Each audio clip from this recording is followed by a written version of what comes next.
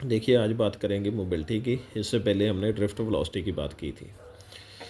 Mobility क्या है? Charge particle move करना। डेफिनेशन क्या है इसकी? ड्रिफ्ट वेलोसिटी पर unit electric field applied to the charge particle. Mu के साथ नोट किया जाता है। Drift velocity upon electric field, इसका फार्मूला आ गया V D drift velocity, E क्या है? Electric field. और ड्रिफ्ट वेलोसिटी का फार्मूला हमने ये बनाया था पहले, माइनस होता था यहाँ पर पॉजिटिव चार्ज के लिए, ये आ गया, या प्रोटॉन के लिए बोल सकते हो। ये वी डी की वैल्यू जहाँ पे पुट कर देंगे, पुट करने के बाद ये आ जाएगा, ई के साथ ही कैंसिल हो गया और जो मोबिलिटी का फार्मूला बन गया। यही फार्मूला नीचे लिख दिया। अगर पॉजिटिव चार्ज होगा तो ये आ जाएगा, नेगेटिव होगा तो माइनस का साइन आ जाएगा। नेक्स्ट देखिए क्या है, relation between current and drift velocity. ये कंडक्टर में क्या होते हैं? Free electrons. ये बैटरी के साथ जोड़ दिया। पॉजिटिव चार्ज से हमेशा करंट आएगा और नेगेटिव की तरफ आएगा। ये एरिया ऑफ कंडक्टर हो गया। जब करंट जो है इसमें से फ्लो करेगा तो जो फ्री इलेक्ट्रॉन्स हो गए वो वी डी ड्रिफ्ट वेलोसिटी के साथ पॉजिटिव एंड यानी कि इस तरफ मूव करेंगे। ये पॉजिटिव एंड हो गया, ये नेगेटिव हो गया। और पोटेंशियल डिफरेंस वी अप्लाई किया हुआ है इसको, लेंथ इसकी एल है। जब पोटेंशियल डिफरेंस अप्लाई करेंगे तो इलेक्ट्रिक फील्ड प्रोड्यूस होगा। इलेक्ट्रिक फील्ड का फार्मूला ये बन जाएगा, किस फार्मूले से? Relation between electric field and potential, E equal to D V point D are.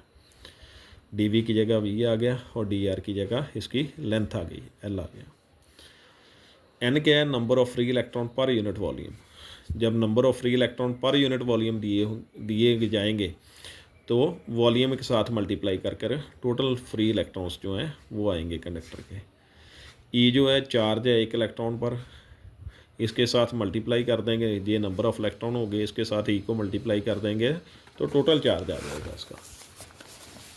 ये देखिए, ये टोटल चार्ज का फार्मूला जो है वो बन गया, Q equal to N E L. उसके बाद देखिए टाइम। करंट जो है, करंट इसमें से फ़्लो करेगा चार्ज के कारण, या नंबर ऑफ इलेक्ट्रॉन जब मूव करेंगे तब करंट बनेगा। करंट का formula charge upon time. Charge की वैल्यू तो आ गई, टाइम की वैल्यू फाइंड करनी पड़ेगी। वेलोसिटी का फार्मूला या स्पीड का फार्मूला होता है डिस्टेंस अपॉन टाइम। टाइम का क्या हो गया? डिस्टेंस अपॉन स्पीड या वेलोसिटी। टाइम ये आ गया, डिस्टेंस की जगह लेंथ ऑफ कंडक्टर आ गया और वेलोसिटी की जगह क्या आ गया? V D. अब करंट के इसके फार्मूले में दोनों वैल्यूज़ पुट कर देंगे, क्यू की वैल्यू पुट कर देंगे और टी की वैल्यू पुट कर देंगे। एल के साथ एल कैंसिल हो जाएगा, वी डी ऊपर की तरफ चला जाएगा। ये करंट और ड्रिफ्ट वेलोसिटी में रिलेशन बन गया, फर्स्ट फार्मूला आ गया। करंट जो होता है directly proportional to drift velocity, बढ़ेगी तो दोनों की वैल्यू बढ़ जाएगी, कम होगी तो दोनों की वैल्यू कम हो जाएगी। अगर इसकी वैल्यू बढ़ेगी तो इसकी वैल्यू भी बढ़ जाएगी। अब देखिए नेक्स्ट जो है, मोबिलिटी का फार्मूला ये था, ड्रिफ्ट वेलोसिटी पर यूनिट इलेक्ट्रिक फील्ड।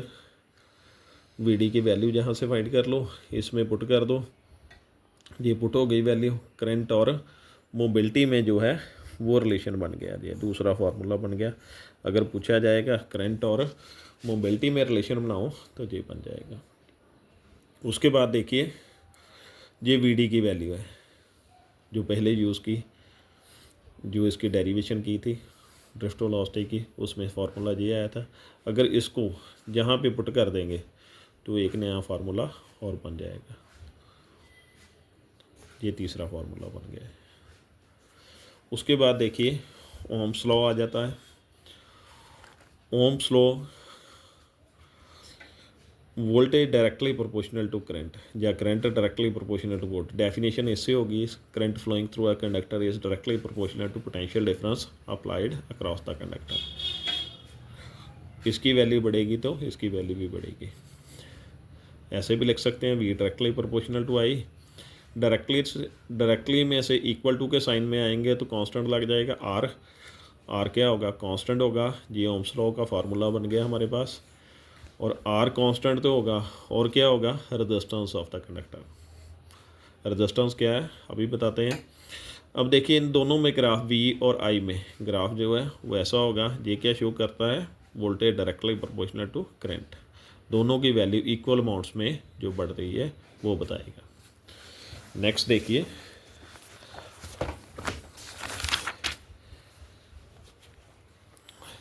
नेक्स्ट देखिए ये ग्राफ बताए गए हैं। इसमें क्या है, देखो इसमें वोल्टेज है इस तरफ, करंट इस तरफ है, दो ग्राफ दे दिए गए हैं, एक जे और एक जे, ऐसे जे दे दिए गए, ऐसे दे दिए गए। इसमें देखो करंट की वैल्यू ज़्यादा है, इसमें क्या होगी, करंट की वैल्यू ज़्यादा होगी, तो टेम्परेचर की वैल्यू क्या होगी, कम, अगर टेम्परेचर वाला ग्राफ दे देगा तो। इसमें देखिए इसमें रेजिस्टेंस भी क्या होगा, कम होगा, क्योंकि करंट की वैल्यू ज़्यादा है। इसमें वोल्टेज की वैल्यू ज़्यादा है तो रेजिस्टेंस की वैल्यू क्या होगी, ज़्यादा होगी।